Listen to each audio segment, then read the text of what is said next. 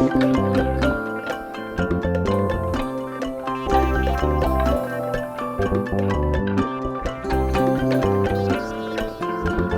Everyone, welcome to my channel. कैसे हो आप सब? आशा करते हैं आप सब बहुत अच्छे होंगे।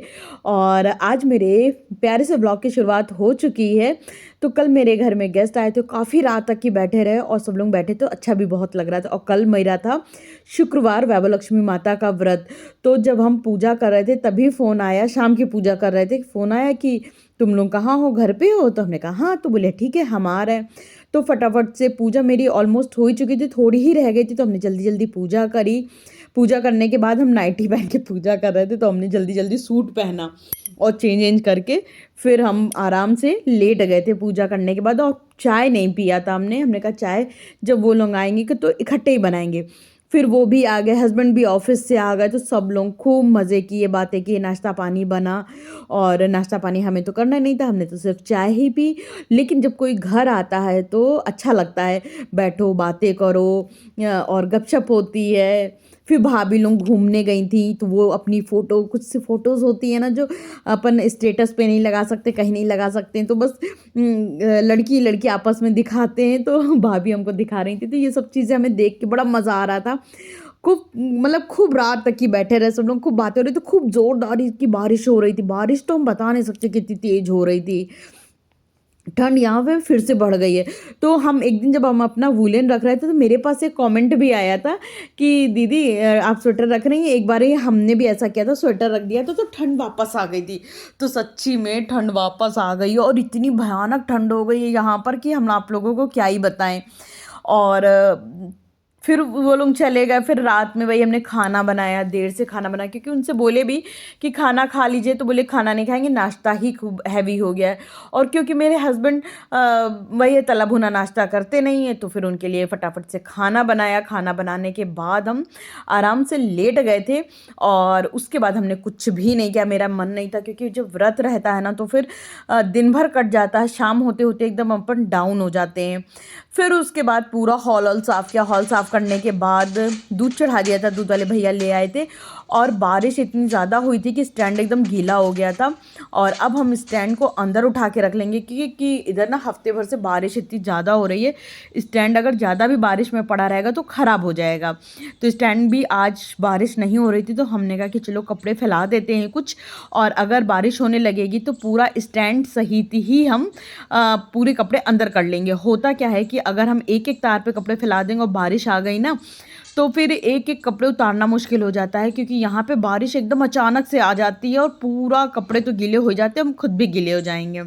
और इतनी बारिश में गीले होने का मतलब बुखार आ जाना। और वैसे भी मेरे घर में सबके बुखार आ रहा है, अलका के बुखार, मेरे डैडी की तबीयत खराब, मेरे जो भतीजा है वो भी बीमार हो गया है, अब एक और हम बीमार हो गए। मतलब घर भर अगर बीमार हो जाएगा तो सोचो कितनी निगेटिविटी आ जाएगी घर में। और पता नहीं क्या हो गया है, सब बीमार हो गए, क्या हो गया समझ ही नहीं आ रहा। इतना टेंशन रहता है सच्ची बताएं कि किसी काम में फोकस कर ही नहीं पा रहे हैं। और बाकी सबको तो सीजनल बुखार है, लेकिन मेरे डैडी को पूरे 2 महीने हो गए बुखार आए हुए। मतलब 5 तारीख, इसी 5 तारीख से 2 महीने हो जाएंगे जो कि डैडी इतना ज़्यादा बीमार है। और डैडी की एज भी कुछ इस तरह की है, और दूसरा मेरे डैडी की बीमारी का भी फैक्टर है, तो सबको लेते हुए काफ़ी ज़्यादा टेंशन होती है। बाकी सबका तो ये रहता है ना कि सीज़न वाला बुखार है, ठीक हो जाएगा, भगवान करे सबका ठीक ही हो जाए। अब तो इतना ज़्यादा हम निगेटिव हो गए कि बता नहीं सकते, कुछ भी मन ही नहीं करता। और आजकल तो हमें भूख भी नहीं लगती, भूख लगती मतलब पेट अंदर से कलकलाता है, मगर खाना खाने का मन नहीं करता, इतना मन परेशान रहता है। खैर अब तो हम 5 तारीख को चले ही जाएंगे। जब वहाँ पहुँच जाएंगे ना तो फिर मन थोड़ा सबको देख के संतुष्टि मिल जाएगी। और इधर आज कर रहे थे सांभर की तैयारी। सुबह हमने सैंडविच बनाया था नाश्ते में, तो हमने और हस्बैंड ने दोनों ने 1.5 सैंडविच खा लिया था। उसके बाद हम इधर करने लगे थे सांभर की तैयारी, क्योंकि सांभर मेरे हस्बैंड को खाना काफ़ी पसंद है, तो उनको सूखा सांभर भी अच्छा लगता है। आज इडली तो नहीं बना रहे हैं, सिर्फ सांभर बना लेंगे। तो मेरे हस्बैंड क्या करते हैं, एक एक कटोरी सांभर लेके खाते रहते हैं, क्योंकि उनको कई बार ऐसा रहता है कि और रोटी वोटी नहीं खाना होता, तो फिर सांभर पी लेते हैं। तो इधर लगा देंगे सांभर में तड़का। और आज हमने हेड वॉश किया था, और इसका आपको कल पता चलेगा कि हमने कुछ तो कराया है जो कि आपको कल कराने वाले हैं, जो कि आपको कल के व्लॉग में पता चलेगा। और इधर लगने लगा था दाल में सांभर में तड़का। तो सबसे पहले तो हमने लाल खड़ी मिर्च जब से हमने छोटे छोटे टुकड़े करके रखे, इतनी आराम हो गई है, बस निकालो डालो, तोड़ना नहीं पड़ता है। और जीरा डाले, प्याज डाल दिए, और उसमें प्याज अच्छे से जब भून लिए फिर डाल दिए थे उसमें टमाटर, और उसमें उसको भी टमाटर को भी थोड़ा सा अच्छे से गला लेंगे। गलाने के बाद इसमें डाल देंगे हल्दी पाउडर, 2 चम्मच धनिया पाउडर डालेंगे, और उसके बाद डाल देंगे इसमें सांभर मसाला। सांभर मसाला अच्छे से डालते हैं। सांभर मसाला डालने में बिल्कुल भी कंजूसी नहीं करते, क्योंकि जो सांभर मसाला पड़ता है ना, तो जो सांभर मसाले की खुशबू आती है सांभर से, वो बड़ी अच्छी लगती है। उसके बाद हम सब्जी भी डालने में कंजूसी नहीं करते हैं। तो सब्जी में हम सहजन की छिया, मतलब वही ड्रम स्टिक और कद्दू डाले, लौकी डाले, सारी चीज़ें डाल के आपस में खूब अच्छे से सब मिक्स कर देंगे। और मिक्स करने के बाद थोड़ा सा सब्जियों को अलट पलट के पका लेंगे। उसके बाद इसमें दाल डाल देंगे। और हम हमेशा मसूर की दाल में सांभर बनाते हैं। आप लोग भी कभी मसूर की दाल में सांभर बना के सिर्फ एक बार ट्राई करिएगा, आप किसी और दाल का सांभर खाना एकदम भूल जाएंगे। तो इधर हमने पानी वानी डाल के नमक डाल देंगे, और अब अच्छे से चला देंगे, फिर लगा देंगे प्रेशर। और इधर हमने कुछ कपड़े अपने धुले थे, मतलब मीस दिए थे, खाली खंगराए नहीं थे पानी से। तो अभी हम बाहर आए तो हमने कहा हम क्या करते ना, 2-3 दिन की कुर्तियाँ इकट्ठा कर लेते हैं, और जब 1-2-3 हो जाती हैं उसके बाद ही हम उसको सारी कुर्तियों को मसल लेते हैं। और मसलने के बाद बाहर आके पानी से खंगरा देते। क्या होता है ना कि ये हल्की कुर्तियाँ अगर इनको मशीन में डाल देंगे तब तो इनकी एक ही दिन में तौबा बोल जाएगी। और हाथ से धुलने के बावजूद तो इतनी जल्दी कुर्तियाँ आजकल ख़राब हो जाती हैं। तो फिर हमें रहता मशीन में हमें नहीं डालना है, और हाथ मतलब साबुन से मसल देते हैं वॉशरूम में ही जब नहाने जाते हैं, और उसके बाद इधर खंगरा के धूप में फैला देते हैं। और अब हमें अपने छत के ऊपर पीछे टीन पड़ी है ना, तो वहीं पे एक रस्सी बंधवानी पड़ेगी, क्योंकि एक तो बारिश का मौसम आ गया, दूसरा धूप इतनी तेज़ हो गई है कि अगर धूप में कपड़े फैलाएंगे तो ख़राब हो जाएंगे, और बारिश में तो कपड़े फैला ही नहीं सकते, फिर कपड़े फैलाने की बड़ी मुसीबत हो जाती है। तो ऊपर टीन पड़ी है तो पीछे रस्सी बंधवा लेंगे टीन के नीचे। फिर उसके बाद किचन में आ गए तो इधर डस्टिंग करने लगे थे। जो अलमारी ये होती है ना बीच वाला खंड, इसकी भी पूरी डस्टिंग किया। होता क्या, यहाँ पे हस्बैंड भी आजकल कुछ ना कुछ अपनी पसंद की चीज़ें निकालते रहते, तो और ज़्यादा अलमारी मैसी हो जाती है। फिर उसके बाद ये बीच वाली अलमारी, नीचे का सब पूरा हम ऊपर से नीचे तक की डस्टिंग कर देते। अगर हमें लगता है कि पीछे भी डब्बे हटा के करने वाली, तो पीछे डब्बे हटा के भी कर लेते हैं, लेकिन उधर रोज नहीं करते, उधर कभी कभी करते हैं। सामने सामने के डब्बे एक एक हटा लेते हैं, क्योंकि 2 लेयर में डब्बे रखे हैं, पीछे रखे हैं बड़े वाले, आगे रखे हैं छोटे वाले। तो जब ज़रूरत लगती तो पीछे वाला भी हटा के सारी डस्टिंग कर लेते हैं, क्योंकि हमें रहता मेरा किचन एकदम साफ़ सुथरा रहना चाहिए। बिल्कुल भी छोटे अगर मतलब डस्टिंग ना करो ना, तो छोटे छोटे कीड़े होने लगते हैं। तो डीप क्लीनिंग तो किचन की हर हफ्ते नहीं तो 15 दिन में कर ही लेनी चाहिए। और ये मेरे सर पे मतलब अचानक से सांभर में सीटी बोली और सांभर उबलने लगा, तो मेरे जब हम उठने लगे तो मेरे सर पे इतनी ज़ोर से प्लेटफॉर्म लगा कि हमारा मतलब जैसे लग रहा था जान निकल गई। फिर हमने सोचा कि अब मेरे चोट लग गई है, तो इस बात का हमें कंटेंट बनाना चाहिए, हमें भी एक बड़ा यूट्यूबर बनना है। और जैसे बड़े बड़े यूट्यूबर्स होते हैं ना कि हर छोटी चीज़ को कंटेंट बना लेते हैं, हर बड़ी से बड़ी चीज़ को कंटेंट बना लेते हैं। हमने सोचा अरे मेरे सर पे चोट लग गया, आज हम भी कंटेंट बनाएंगे। मेरे पास कंटेंट के नाम पे कुछ भी नहीं, वही दाल चावल सब्जी रोटी, बस यही है। हालांकि हमें वो सब अच्छा नहीं लगता है, उस तरह की चीज़ें हम कर भी नहीं पाएंगे। लेकिन जैसे ही आज मेरे सर पे चोट लगी, हमने कहा चलो आप लोगों को दिखाते हो। सच में लग गई थी, मतलब इसमें तो कोई बहानेबाजी नहीं थी कि मेरे सच में इतनी जोर चोट लगी थी, मेरी एकदम जान निकल गई थी, मेरे आँख से ना पानी आ गया था। फिर उसके बाद पूरी चारों तरफ सारी अलमारियाँ एकदम साफ़ सुथरी कर लेंगे। और सांभर में एकदम मतलब सीटी पे सीटी आ रही थी। ये मेरा 3-3.5 लीटर का कुकर है, हमने यही चढ़ा दिया था, और जिसकी वजह से इतना ज़्यादा उबल रहा था, इतना ज़्यादा उबल रहा था। फिर हमें लगा रहे 5 किलो वाला हमें चढ़ाना था। और क्योंकि सांभर हम जब भी बनाते ज़्यादा बनाते, क्योंकि मेरे हस्बैंड को रहता है मतलब सुबह से शाम तक ही सांभर चलना चाहिए। तो हमें बड़ा वो लग रहा था अफसोस कि हाय बड़े वाले कुकर में हमें सांभर चढ़ाना चाहिए था, क्योंकि पूरा प्लेटफॉर्म गंदा सब कुछ गंदा हो चुका था। तो फिर हमने सांभर क्या किया कि एकदम धीरे कर दिया और धीरे करके हम अपने काम निपटाने लगे। तो जो भी नीचे की किचन की जितनी अलमारियाँ होती सारी हमने मतलब अच्छे से साफ़ कर दिया था। और दीदी अभी झाड़ू पोछा करके जा चुकी हैं, लेकिन फिर भी मेरा मन नहीं मानता है। एक बारी हमने अपने हाथ से पोछा लगा देंगे किचन में, ताकि जो किचन है एकदम साफ़ सुथरी हो जाए। दीदी खड़े होके पोछा लगाती हैं और अगर कुछ लगा है तो उसको छुटाती बिल्कुल भी नहीं है, उसको हम ही को छुड़ाना पड़ता है। इसलिए हमें रहता है कि एक बारी हाथ से बैठ के पोछा लगा दो तो पूरा किचन चमचमा जाता है, वरना फिर वो गंदा गंदा किचन अच्छा नहीं लगता है। जैसे कभी सब्जी गिर गई, कभी दूध गिर गया, कभी कुछ गिर गया। वैसे तो हाथ के हाथ पोंछ ही देते हैं, लेकिन कई बार ध्यान नहीं रहता, नहीं पूछा तो फिर उसका स्पॉट बन जाता और दीदी उसको पोंछती नहीं। तो हमने पूरा किचन अच्छे से पोछा लगा दिया था। फिर पोछे को अच्छे से धुल के बाहर ही फैला देते हैं। और बाहर हमने ये जो कुर्तियाँ धुली थी उसका पानी निचोड़ने के लिए कुछ दिन नल पे ही टांग दिया था। फिर वो सारी कुर्तियों का पानी भी निचोड़ गया। तो हमने कहा टाइम रहते सारी कुर्तियाँ फैला देते हैं, ताकि टाइम से सूख भी जाए। एटलीस्ट सूखे ना तो कम से कम पानी अच्छे से निचुड़ जाए, जो ज़्यादा पानी है वो मर जाए।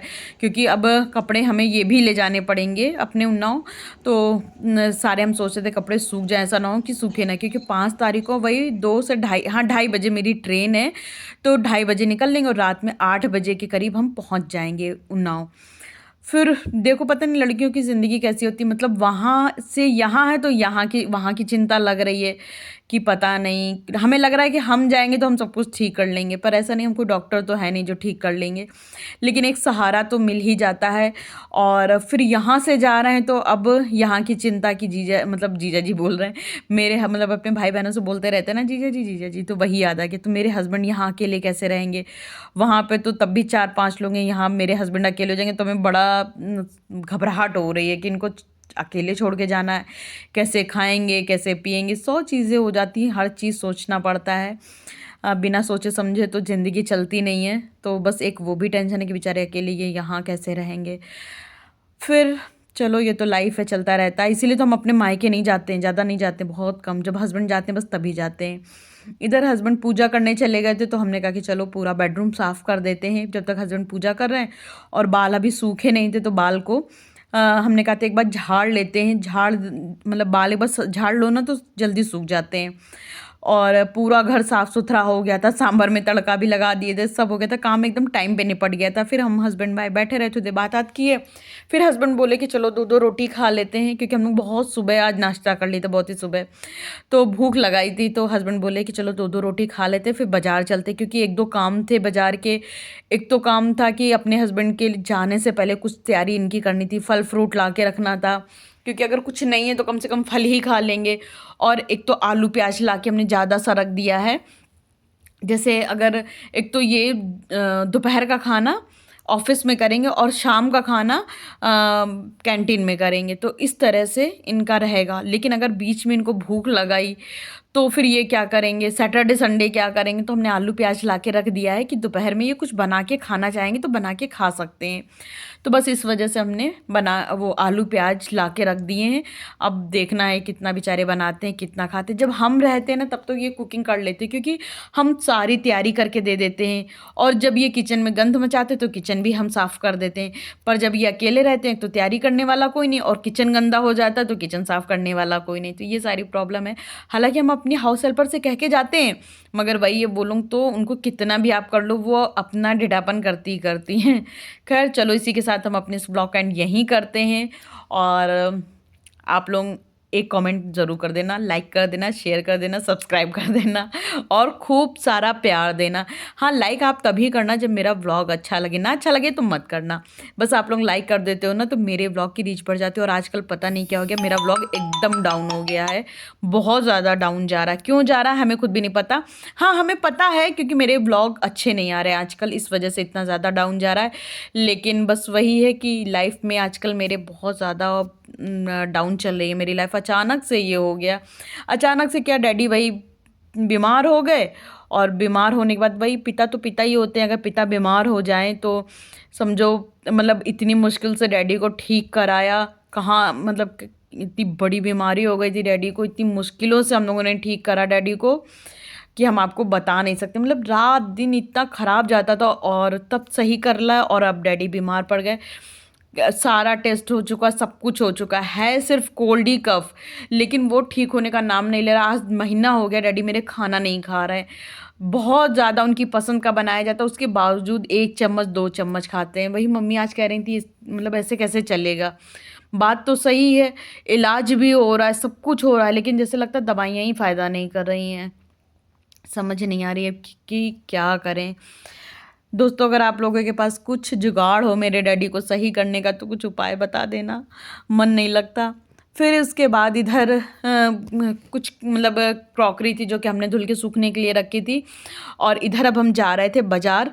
तो वही है, सामान वामान ला के रख देंगे, नहीं तो फिर हम पीछे से हस्बैंड को तकलीफ़ होगी। तो वही जा रहे थे बाज़ार, और थोड़ा सा अपनी भी तैयारी करनी थी, जो कि आपको कल मेरे व्लॉग में देखने को मिलेगा कि हमने अपने लिए क्या किया है। और बाज़ार चले जाएंगे, वहाँ पर पूरा बाज़ार किया। उसके बाद लास्ट में हस्बैंड बोले चलो ये सोडा पानी पीते हैं। तो हम लोगों ने कहा चलो ठीक है पीते हैं, क्योंकि सोडा पानी पीना तो हमें भी पसंद है, लेकिन ये इतनी जल्दी उबलता है ऊपर, तो हमें बड़ी तकलीफ़ होती है। हस्बैंड ने पिया, हमने पिया, और दोनों लोग सोडा पानी पी के घर आ गए थे।